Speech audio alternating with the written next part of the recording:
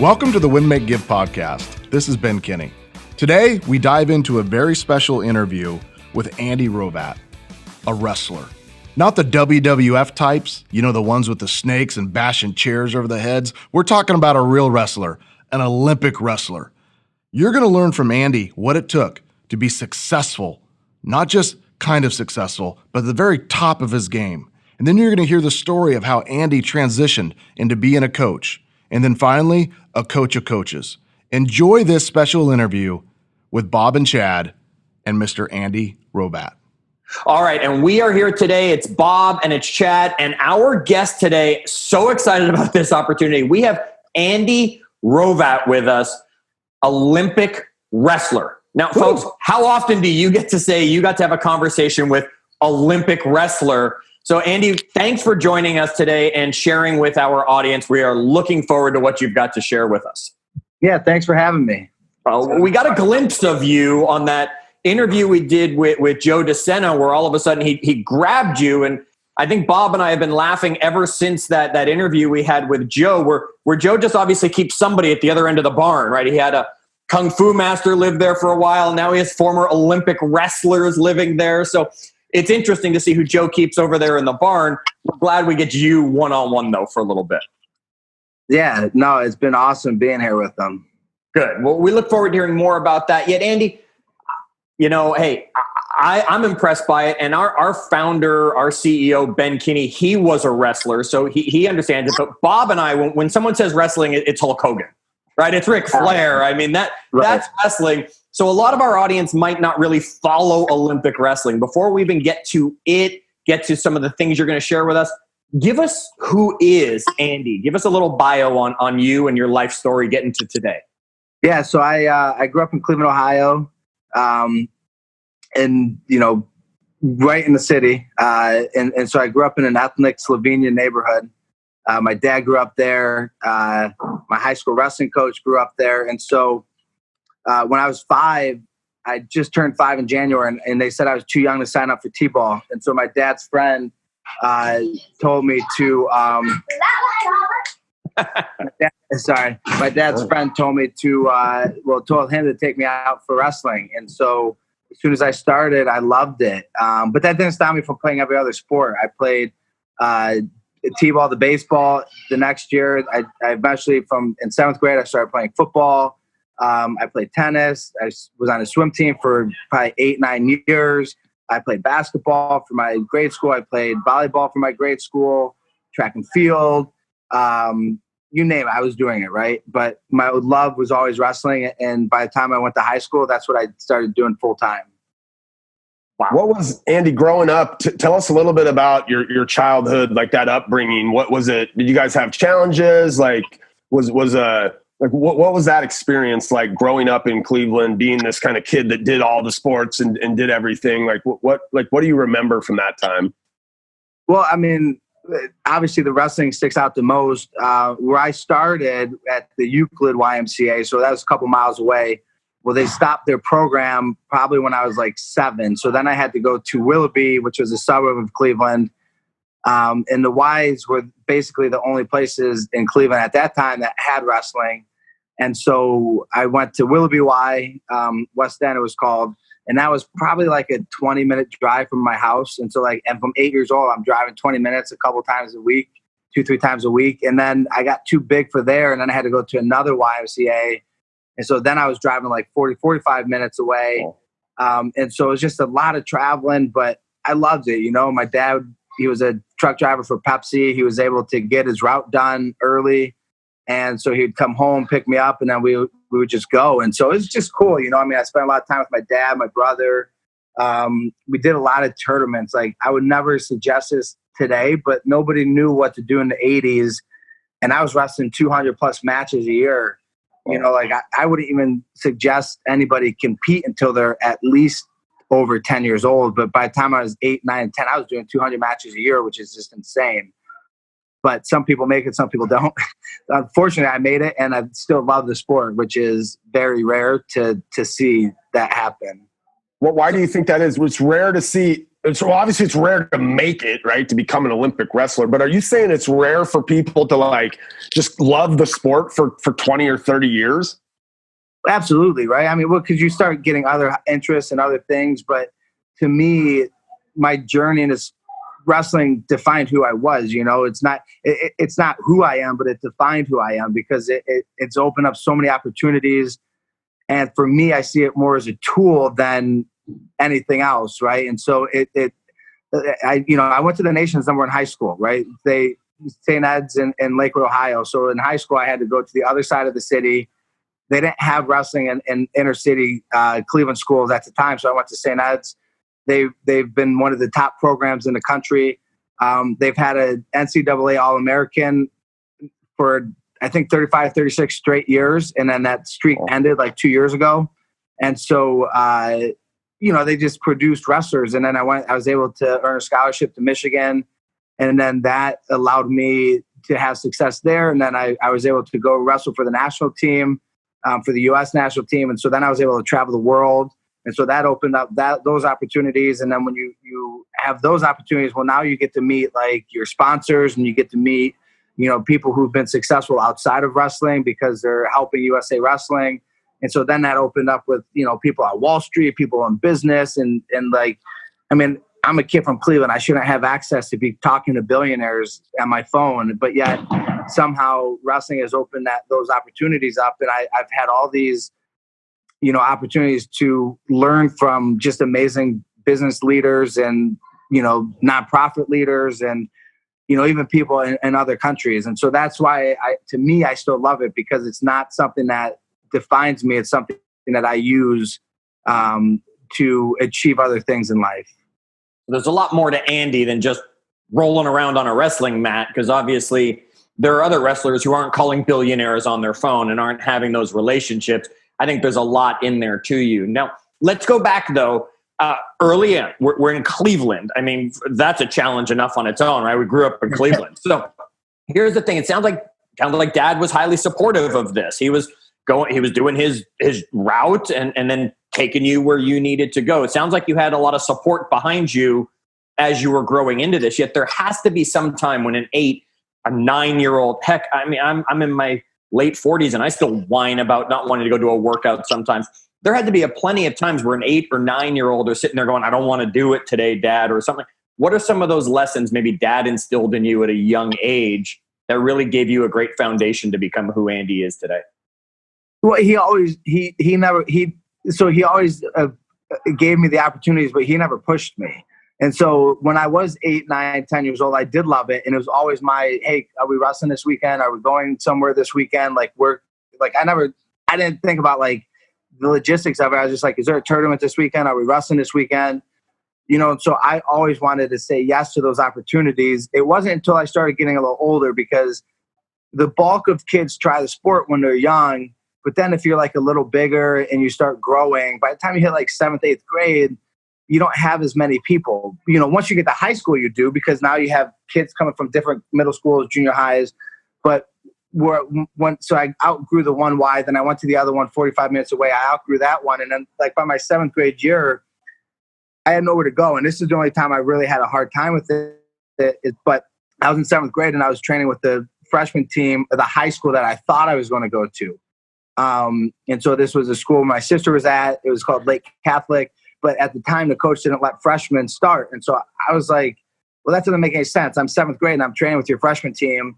And you're telling me if I come back my 8th grade year, training with your freshman team again, I'm going to have to train with the freshmen again for the 3rd year. I was like, that doesn't make any sense. And so I opened up options.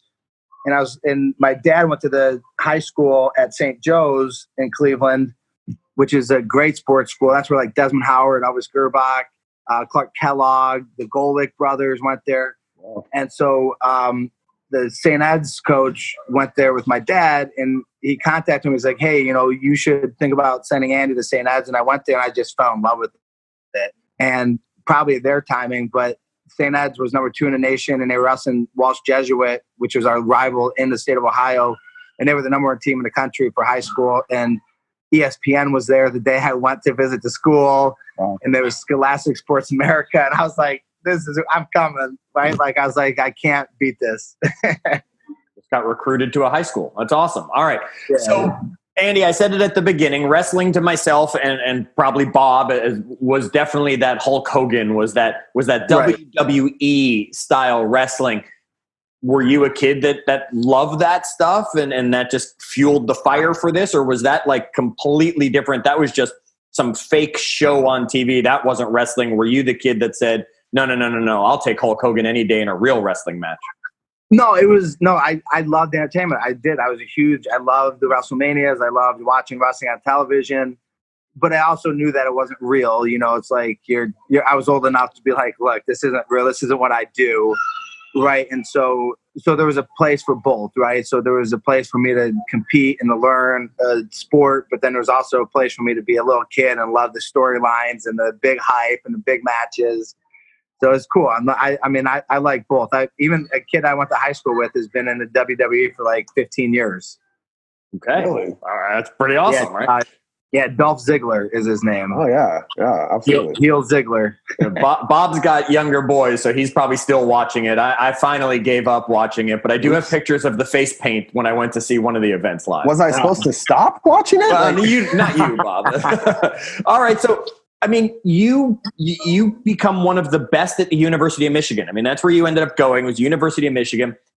You're considered one of the top wrestlers in their history there with an amazing record. You're NCAA All-American honors 3 different times that you've won this. I mean, how do you do that? I mean, that just sounds like something that, I mean, God reached down and blessed you, right? He just said, York, touched you on the head, and there was obviously commitment.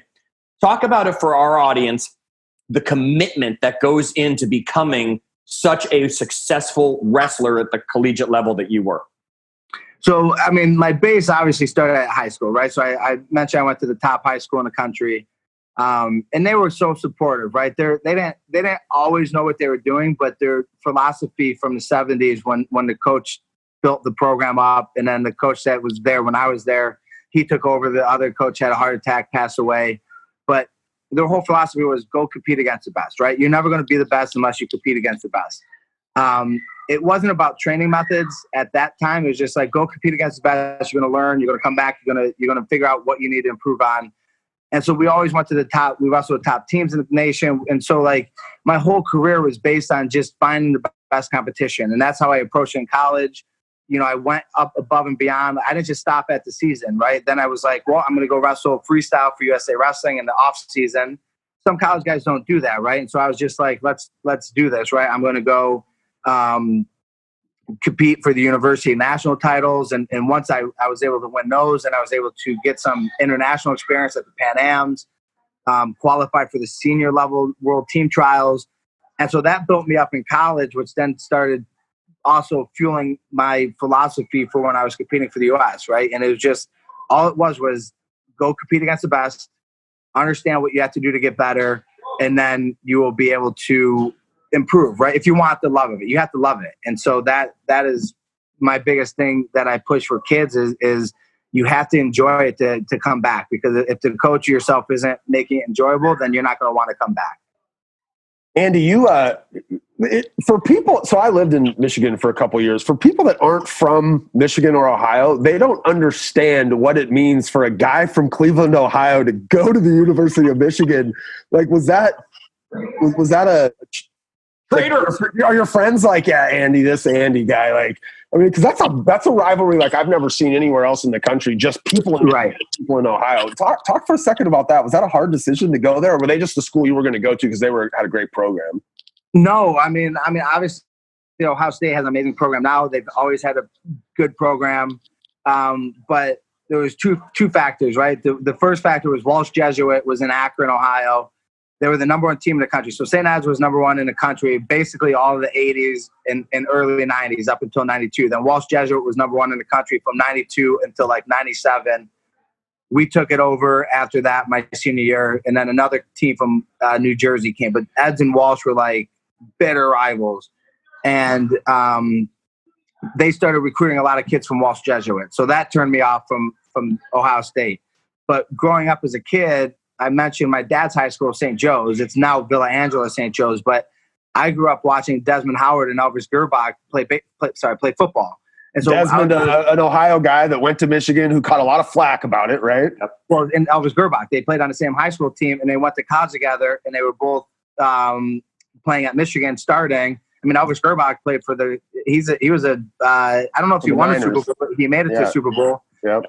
And so like you had these two awesome football players. And when I was a kid, so after I watched them in high school, the local news would always be like, oh, let's check out the local scene in sports. On Saturday, they'd be like, oh, local stars, Desmond Howard, Elvis Gerbach playing for Michigan.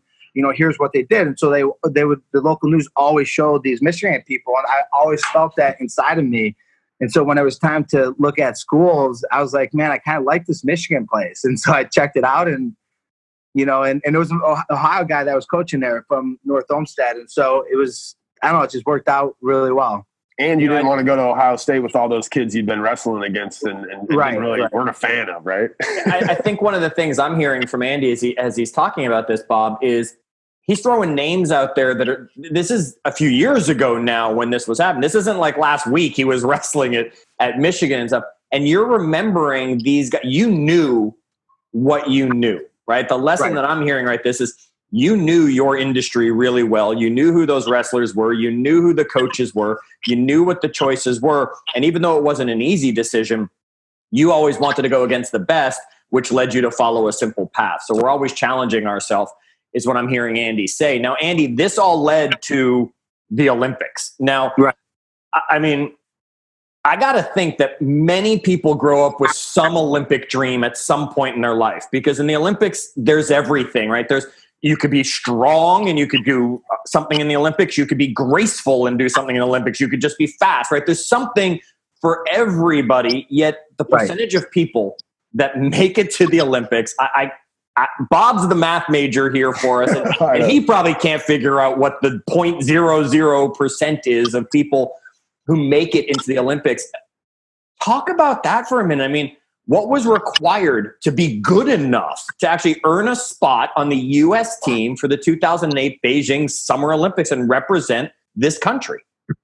Yeah, obviously the work, right? Work is a requirement. There's a lot of people that say hard work, but to me, work's relative, because by the time you get to a certain age, you're just putting in the work, right? Like what I would do during the Olympics is definitely hard to what I could do now. Like I definitely couldn't do what I did then now, right? But like what some guys do now, I still might have thought was hard while I was still training for the Olympics. So work is relative. So you have to put in the work. You have to love it.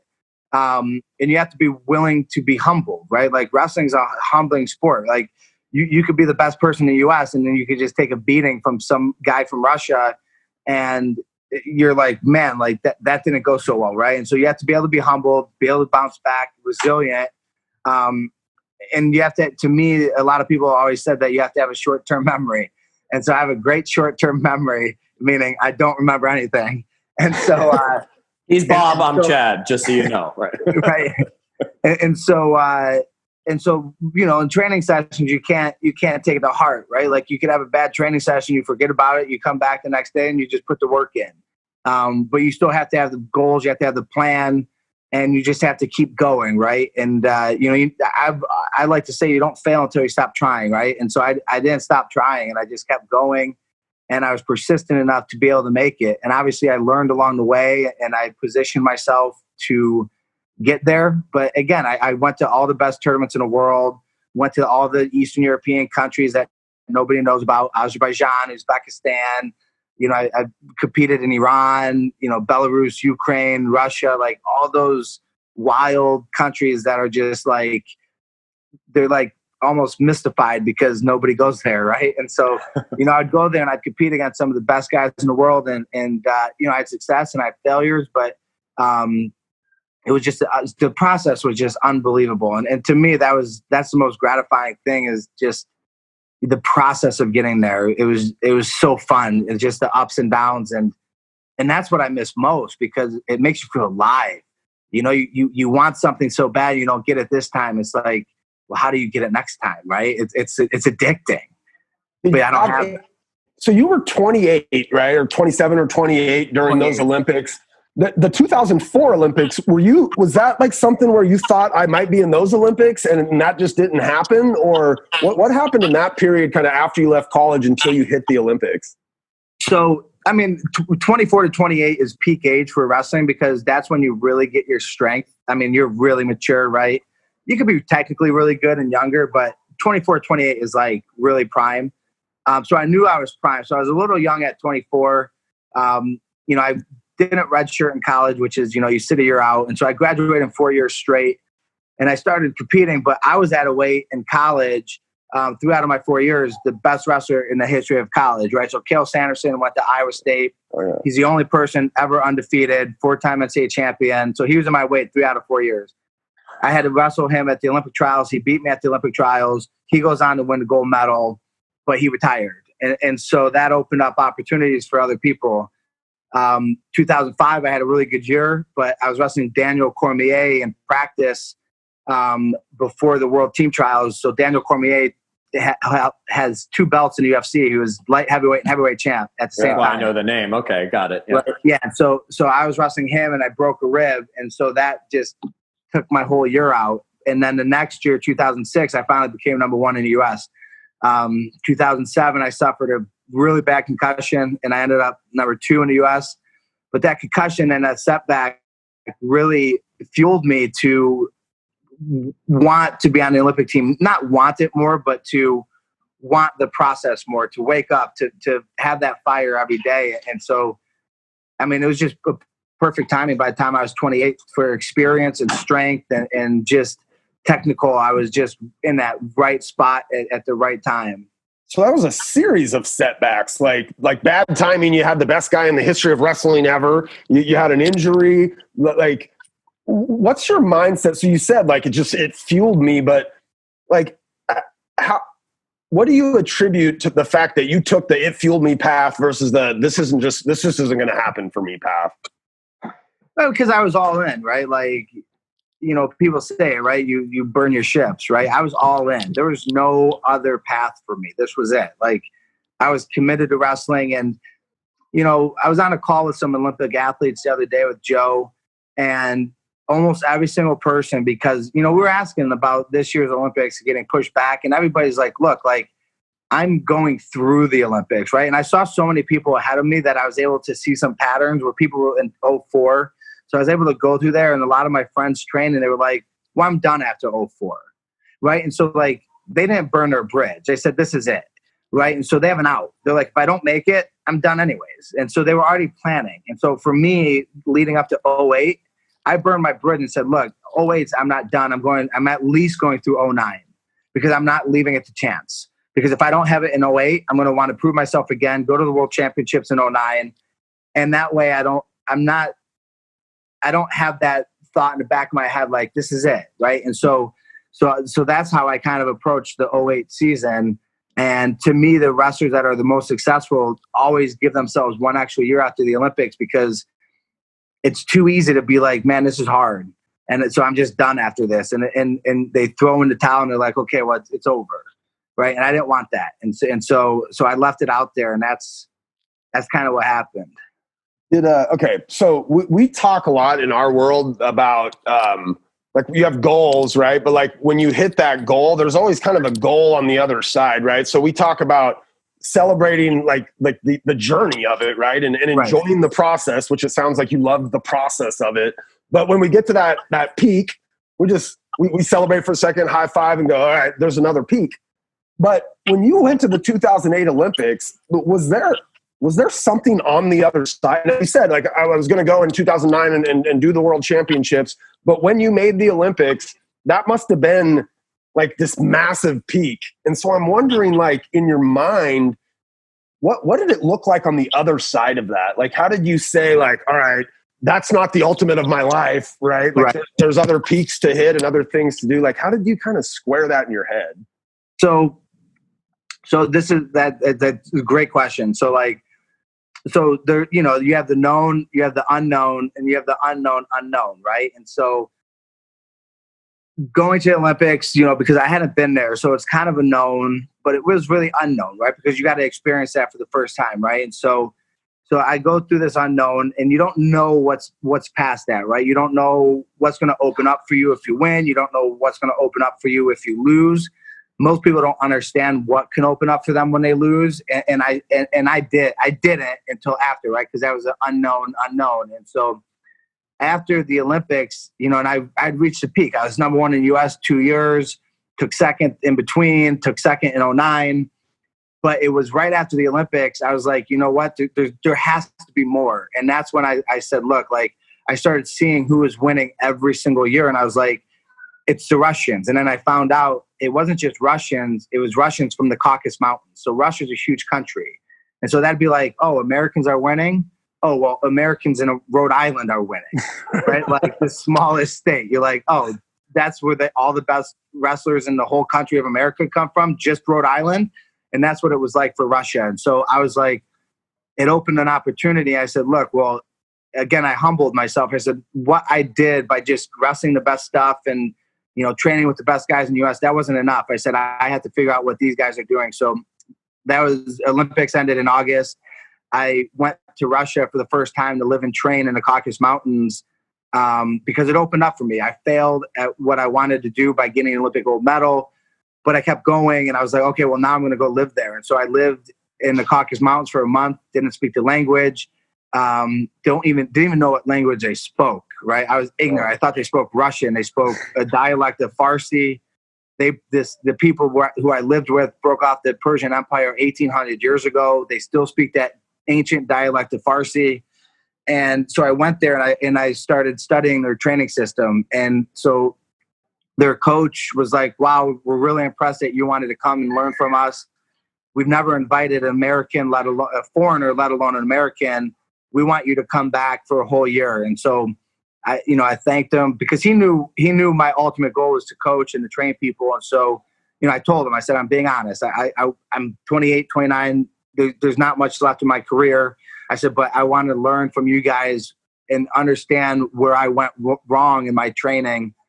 And so that opportunity opened up. I went another month later on in the year. So I went in January in 10. Then I went in 10 of October. And then by September of 2011, I got my visa and I went there for a whole year. And I just wrote the notes down. I lived with these people. I didn't speak the language. They opened up their houses to me. They opened up their lives to me. And they taught me everything they knew. And as soon as I left there, I started getting injured. I was like, it's time to call it quits. I'm old. I was 31 years old when I left. And so I had all this knowledge. But before the Olympics, I had no idea that was going to present itself to me, right? And so what I didn't get at the Olympics opened up this huge opportunity to learn what I consider the greatest sports program in the history of the world, any sport, right? Russia in 49 world championships has won 39. USA has won 3. Iran's won 4 and Turkey's won 3. Those are the other 10, right? So they've won 39 out of 49 world championships. In those world championships, they've won 179 gold medals. USA has won 45. Iran's won 49. Turkey's won 20-something. So there's like 121 gold medals between the next 3 best teams. They've won 121. Russia's won 179. Wow. So I was like, they're doing something in the training. And so I went there and I learned it. I broke it down. And that's how I met Joe, because I was like, I have this platform that I could train coaches to train athletes. And now we have a great partnership with Spartan. And so again, you don't know what opportunities exist until you get to that next peak. And then you're able to see what else is out there. And so your realm of knowledge just keeps growing. And the more that your realm of knowledge grows, the more opportunities are there. And you're able to take them if you're able to still understand what you want to get out of it, right? So you knew that coaching and training and something in that environment, you didn't know what it was going to look like necessarily, but you knew that was a path that you wanted, and you just maybe saw something out there that said, if I go that way, if I go to Russia, that path maybe will show itself a little bit more. Yeah, absolutely. I had no idea that it was going to turn into me understanding a systematic approach. So I just went there, like I said, with the notebook, wrote it down, and I met some great people afterwards. And this gentleman, Dan Fisher, was the CIO of some Fortune 500 companies, but he looked at it analytically and was like, this is what you have. Like, these are the sections of your practices. It's called B.A.S.E wrestling, battle, athletic, skill, and exercise. And so the exercise is the whole program, but every practice you have some kind of battle. So it could be wrestling related battles. It could be game battles. And then you work on athletic movements. So you become an overall athlete. And then you work on the skill of that sport. And so I've been able to take the B.A.S.E method and I've applied it to non-wrestling classes for just physical literacy. So that's what I teach some of the kids here. We have a Facebook class every day at 3 on the Spartan channel. And so we do different battles. So battles, we'll do mountain climbers, burpees, like sit-up, whatever it is that you can compete against yourself while being quarantined, right? We have skills that we work on. So instead of like gymnastic skills, we're doing balancing skills every day. And then we do athletic movements to become a better athlete, to become stronger. And so I'm able to adapt those components of the training to any sport, any training environment. And that, like I said, I never knew going to Russia would open up that, but I've learned and expanded my horizons, and now there's more and more opportunities that I see with the skills and stuff that I've learned. Andy, how did you stay humble? Like, that's fascinating to me that like an Olympic wrestler would come out of his Olympic experience and be like, man, I got to humble myself and go figure out how these guys just kicked my butt, right? Like, where does that come from? Is that like something your dad instilled in you early? Like never get out in front of your skis? Like, where did that come from in you? Well, I think it's just with wrestling, right? Like, I mean, and there's a lot of individual sports, but there's not a lot of individual sports that another person's trying to take your head off. Like, I say that, like, not for real, but like, but they are, like, but they are, right? Like, they're not really taking your head off, but they are, right? And so, you could, I have a great business partner that helped me build all this stuff. Jake Herbert, he was a Olympian, world silver medalist, 2-time NCAA champ for Northwestern, just an unbelievable guy, right? And he's like, he always tells parents, he's like, look, just because your kid wins a tournament this weekend and next weekend they go to another tournament and they don't win, they didn't get worse, right? Because you talked about it's a process, right? The process determines if you're getting better or not having results based with another person. And so you kind of learn that through wrestling, because you could be on top of the world and then the next weekend you could have a devastating loss, but you can't beat yourself up over it, or you're not going to stick around the sport, right? And so so a lot of the people that I know that have stuck through the sport into their adult life have learned those lessons, and those are just unbelievable lessons to have, because especially now, think about now, you could be an unbelievable business owner, you could have a great successful business, and this whole thing that is out of your control takes your business down a notch. And it's like, look, you have to humble yourself and be like, look, we're starting over. We're not giving up. Like, again, you don't fail until you really give up, right? And so that, to me, that is the easiest thing to learn in wrestling, but it's the hardest thing to get over, because some people can't get over that, being humbled, and so they just quit the sport and they go to another sport or just quit sports in general. There's a lot of team sports where the burden of responsibility gets put on a lot of people, right? Sure. And so you don't have that in wrestling, like it's all on you, right? The burden of the responsibility is all on you. Well, it's interesting because you just talked about quitting, right? We just did an episode not too long ago. I think it was episode 26 or something off the top of my head, where we talked about quitting.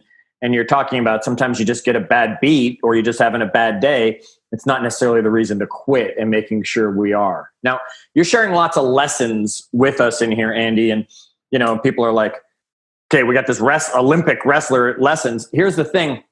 They say leadership, because we like to talk about health, wealth, leadership, and legacy. You've left an amazing legacy.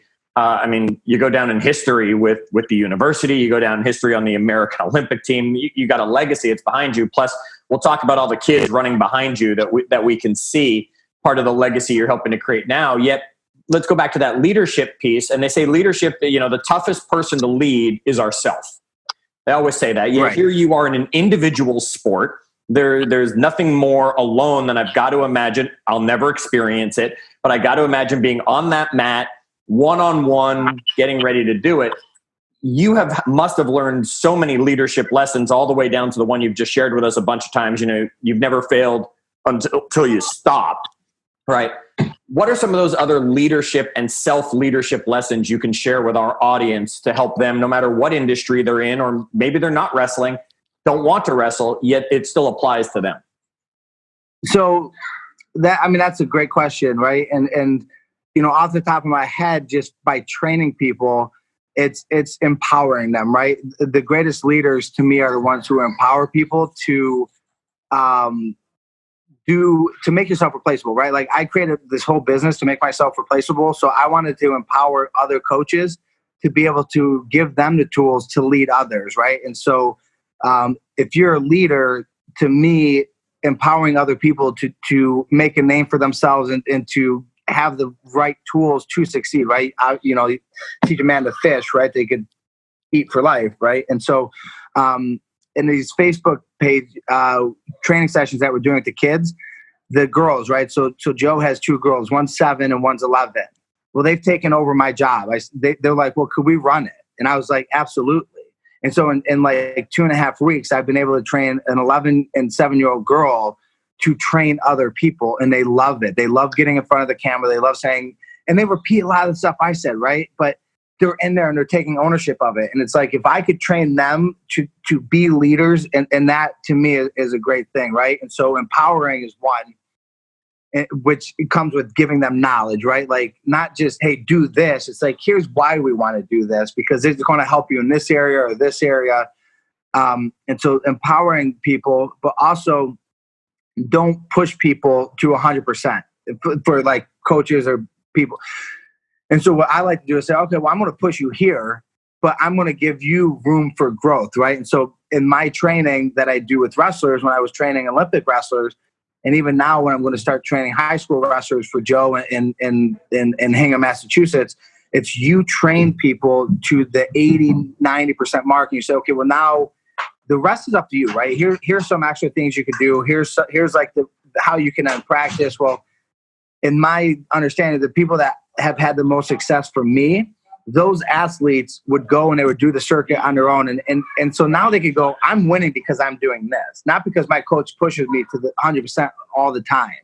And so if you give people some ownership of what they're doing, they're going to be more successful and more apt to push themselves farther in the future, right? So allow people to have ownership, empower them with the right tools, and then understand when to teach, right? Like, I don't like to teach lessons in the beginning because those are hypothetical, right? So if I'm training somebody or I'm teaching somebody, I don't want to do that in the beginning and say like, look, like, I'm going to teach you this because this may happen. I'm going to let things happen and then come back and be like, well, maybe if you did it this way, or maybe if you think about it this way, that won't happen again. Because now, instead of it being hypothetical, something that may happen in the future, those lessons are taught by something that has already occurred, so you can make that connection in your brain. And now those people are like, have real life experience and be like, oh, I get it. I get why when I did it this way, I got this result. Well, if this person has done it and has went through that learning experience and they suggest doing it this way, oh, next time I could do it that way. And now your brain makes those connections and it's faster to have improvements. And so if you can empower, learn when to teach, right? After not failure, but after a setback has occurred or things didn't go as planned, if you could do the teaching after, if you can empower before, and then you could give room for growth, meaning more like hands off, like, hey, I'm giving you this opportunity, make the best of it. Because if people don't make the best of it, well, they're not going to be employees for long, or they're just going to be drifting through one career to the next, right? But you want to find those people who do take that empowerment and run with it, because those are going to be the people that help your company grow or help your business grow or help your even friendships, right? Like that's how things grow, is when other people take ownership, because you can only go so far alone, but if you go together, you're going to go obviously a lot farther. Andy, that's fascinating. We have something around our organization where we talk about like when you show up at work, right, 9 to 5 or whatever it is, like you're doing your job. That other 20% that you're talking about in our organization, people are going to grow and develop their skills outside of that time when they're doing their job. And that's essentially what you're talking about. You get them in there for training. You're like, you're going to train here, but your real growth is going to happen in that last phase. That's interesting. You call it like the last 20%. That's is that like one of the Russian styles, or where did that come from? So I learned it because when I was breaking down the training, so everything in their training was an hour and a half of training, right? But the bulk of it was in an hour, right? So we did our warm up, our drilling, we did some live battles, and then that ended with a match. And so I was like, well, when you're getting ready to compete in a dual meet or a tournament, you're always getting ready for that first match. And so I was like, the coach is pushing us so hard just to get ready for that first match. But then after the match is when they brought us in to teach, right? Because in the beginning, you're so focused on, you're an athlete. You get warmed up, you want to work. But in the U.S., my whole life, we grew up, we would warm up, and then sit you down, and then they'd teach you stuff to me, which was hypothetical because you may not get there. And so when I looked at that, I was like, okay, we'll teach at the end because that helps show you like, hey, like, yeah, because the coach would be like, well, when we did this today, here's where I saw you make a mistake, or here's where you can maybe improve on this, or here's where you did a good job, right? You want it both ways. You want to, give good positive feedback, and you want to help with some negative things. And so then I was like, well, then after the teaching is when they did the circuit, but the coach never stood over me and was like, well, you got to get the circuit done. But my whole career in America, they're like, well, we're doing our conditioning at the end as a team. And it's like, they're always pushing you, always pushing you, always pushing you. And so it's like, I just made that connection. Like, well, they're pushing me. And it's like, the only reason I was winning is because what they were doing for us. Well, the Russian system was like, no, you're winning because you're going out and doing it. Some people didn't do it, but those people didn't have the aspirations of being the best. They were just training to train because everybody trains for different reasons. Some people train because they want to be the best. Some people train because their siblings do it. Some people train because it's a second sport. Some people, there's so many other reasons why people do it. And I always give this example is I had this guy who was training. He didn't want to get a real job. So he's like, I could train, I could make money. And so the nonprofit that supported our team in Ann Arbor paid him to train with a college kid who's now training for the Olympics. So he wanted to train, but he also wanted to learn how to coach. And so we got to the circuit at the end. Not once did he did it. But as a coach, I never went, Kyle, you got to do this. I egged him on one time because I was like, I just want to see you climb the rope once, Kyle. And so I egged him on a little bit, but he wouldn't have came back if I made him do it because it would have been enjoyable for him. But he loved the practice. He went through it, but he was done, right? He was always there to help others because that's what he was there for. But the guy, like I said, the guys who were making the world teams, making the Olympic teams, some of the best guys in the world, they would go and they would do it, and I would never have to tell them.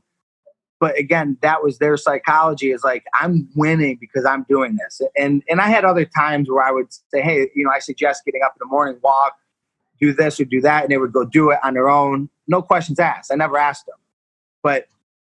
But when they do that, again, it's not me pushing them. I don't have the thumb on them, forcing them. And so I just made that connection based on their practice structure and how they handle their athletes, because you have to give people room to grow. You suffocate them if you hold them down too much. Yeah, I mean, you're basically like that last 20% is on them, right? I mean, it's really on them to decide in their head if they want to put in that extra work to get the full amount out of themselves. Because even if you were pushing them, that's fascinating. Bob's going to just sit there and take that in for a while. I've never heard that before. We weren't coached like that. Andy, you weren't coached like that growing up, like you said, right? Not the American way. The American way is we push you, and the best of the best will rise to the top, and that's it. We're then putting a ceiling on you, though. Instead, the funny thing is, my ball boy in high school, on my basketball team, made it to the NBA. A kid named Luke Ridnour, a white kid, 6'2", made it to the NBA. And that kid, when practice was over, he was out there on his own. I don't know if his dad set it up that way, but like nobody was driving him on that last 20%. He was driving himself. Right. Fascinating. Awesome. All right. So Andy, if anybody's watching this on YouTube, because we do post our episodes on YouTube as well, if they want to catch the Win, Make, Give stuff there as well. We got kids running back and forth behind you, whatever's going on. You're doing a lot of work with Spartan Kids. That's what you're doing a lot of work with. And the Joe you keep mentioning is Joe DeSena, for those who don't know who Joe is. He's the founder, CEO of Spartan that we had the pleasure of talking with. What is it you're doing with Spartan Kids? And most importantly, a lot of our listeners have kids. What can they be doing to keep their kids healthy, keep their kids moving in the right direction, whether it's during this quarantine or after this is all over? Not every kid wants to climb a rope and do the Spartan race. But what lesson are you learning with the kids that we can pass on to our audience? Yeah, so I had this B.A.S.E method, and I took a time, I coached at every level for 8 years. And national team coaches for the U.S. always told me you have an 8-year max, unless you have a super, super supportive, network around you. You could maybe go 12 at the highest level. But I mean, I was coaching for Slovenia, for Serbia. I started having athletes for Lebanon, San Marino. And these guys were traveling all over the world. I was going with them. I was married at the time. I was training high school kids, college kids, little kids, non-wrestlers. And so I took 2 years out of sport. I started working with this startup in Arizona doing web design. And so a couple people told Joe about me. You need to talk to this guy. And so I connected with Joe, and I was like, well, Joe, I'm looking for a platform. He was looking for a coach. I said, I'll coach because I still love the sport. I said, I'm going to coach your kids in wrestling. So he has 2 boys and a couple other neighborhood kids. And so I'm going to help coach his high school program. But then I said, I also have this other program. I said, because there's way more kids that don't wrestle than do wrestle. And so we made the most out of the quarantine, right? And so we come to Vermont, we're on a farm. We have 11 kids on the farm between cousins, neighbors, people who work for Joe. And so we have 11 kids, all these adults on this farm. There's a lot of places to stay and live. And so we got an article from the BBC. They were like, this guy's running these online classes for kids in quarantine. And so we were like, let's make a pivot. And so I never had a training thing set up for one-on-one. It was always like, I'm going to train coaches and then they're going to be able to train all the kids.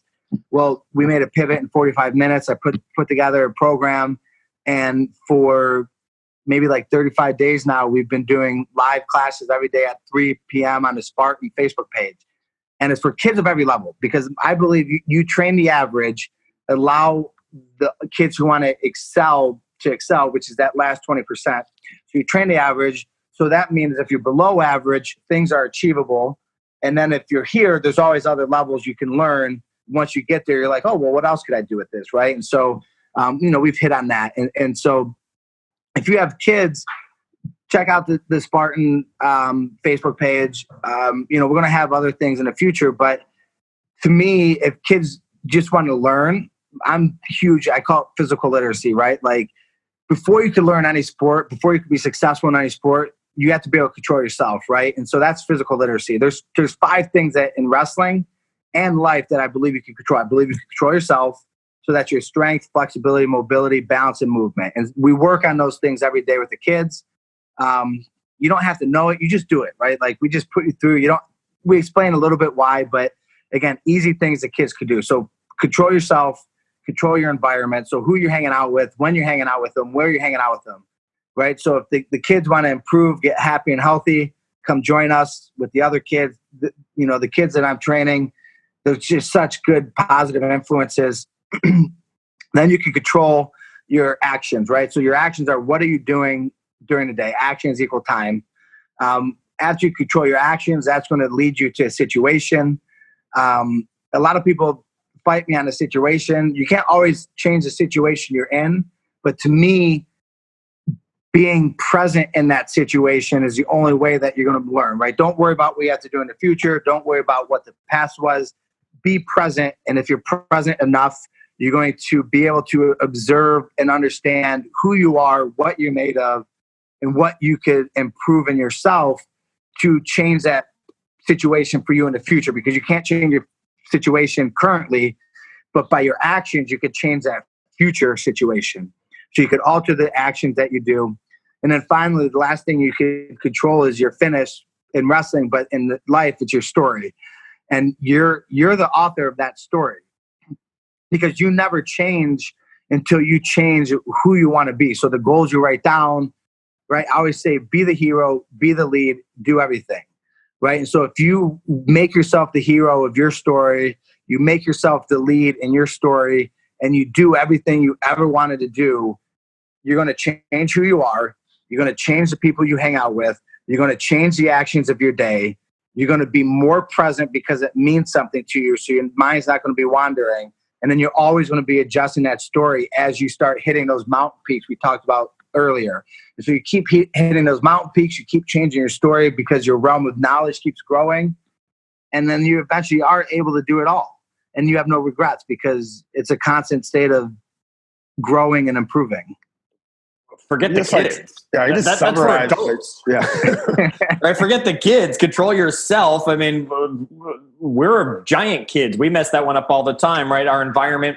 Who are the 5 people you spend the most time with? You're the average of those people, for example. Are you, finding yourself in a McDonald's restaurant, or are you finding yourself somewhere healthy, or home cooking and eating? Your environment, your action, your situation, and then, as you said, to finish, or in that case, our own story when it comes to it.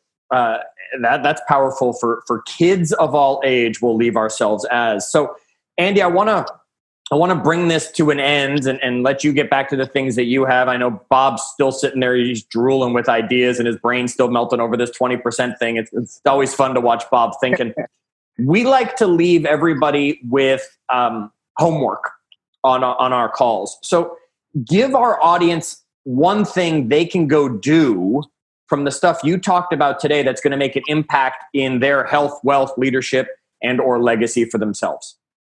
Yeah, I mean, if it's out of those 5 things, I would say rewrite your story, right? One thing a lot of people don't realize, and it took me going through a divorce to realize this, is that you have the ability to rewrite your history, right? So you could look back at your childhood or things that happened in the past with a job or relationship, anything. You have the opportunity to go back and rewrite that to be nicer, to be better on yourself, to make it so that you come out of it better. So you could rewrite your story.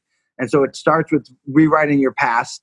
You're not changing your past. You're just looking at it through different perspectives, right? Because that's the only way to grow. So you could rewrite your story and then rewrite who you want to be based on that, right? Because I could look at my life and be like, well, I never thought I was going to get divorced, and be like, well, I'm a failure. But like, no, like, it takes 2 to tango, right? Like, I did give it my all, like, it wasn't just my fault. And so it's like, you look back and you're like, well, hey, like, here's the lessons I learned. Like, here's how I grew.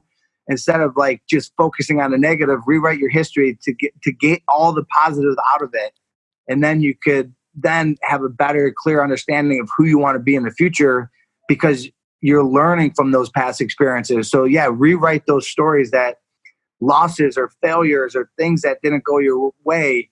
Rewrite that in a way that it makes you like the hero. Like, yeah, I didn't get what I wanted in the Olympics, but losing opened up a huge door for me, right? So I was able to rewrite that history to be like, look, if I won a gold medal, there would be no way I'd be in this current situation I'm in. I wouldn't have been able to have the career I've had. Like, it would have been so different. I would have been complacent, right? And so you look back and you rewrite this history of like, hey, this is a point in my life.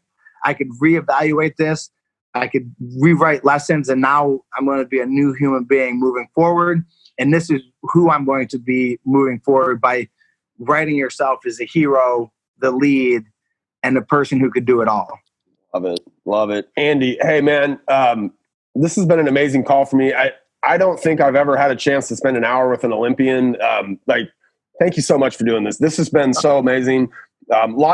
It's funny, we talk to people, and a lot of times the success that people has, the models that we talk about on our podcast and that Ben really instills in us, there's so many things just line up. And your story is another story that has all of these facets to it that you see in a lot of successful people. So thanks for sharing your time with us, man. We really appreciate the heck out of it. And it's been an absolute honor for me, and I think for Chad as well. Yeah, thank you guys, man. It's been a blast, and I love sharing my story, and that's one of the things. It's like to leave it right, like every day in the Spartan Kids class, I ask the kids. We do a pledge. We ask them to leave better than they started. So that's for the body, to learn something, which is the mind, to give back and to help others, which is for the spirit, and then to enjoy what they're doing, which is for the soul. Right. So it's mind, body, spirit, and soul. So it's like you're always, if you could accomplish that in a day, to learn one thing, to leave the day better than you started, to give somebody else the opportunities and to enjoy it, then you're definitely fulfilled and you're ready to, do the same thing again the next day. All right. Well, let's get up tomorrow and do it again, guys. Andy, that was awesome, buddy. Thank you so much. I appreciate the heck out of you. On behalf of Ben, myself, and Bob, whose head is still spinning from that interview with Andy Hrovat, we want to say thank you. Thank you, Andy, for taking the time to share with us and share with our audience. Now, if you want to check out some of those videos Andy was talking about for your kids, just go to YouTube and look for the Spartan Race page. Then you can find their playlist on the Kids Base Camp, where you'll be hearing directly from Andy. Great information for you and your kids. Now, while you're online, make sure that you remember to subscribe to the Win, Make, Give podcast. And you can always visit winmakegivepodcast.com so that you can find it even easier. Until our next time, remember, wash those hands, and as always, do good.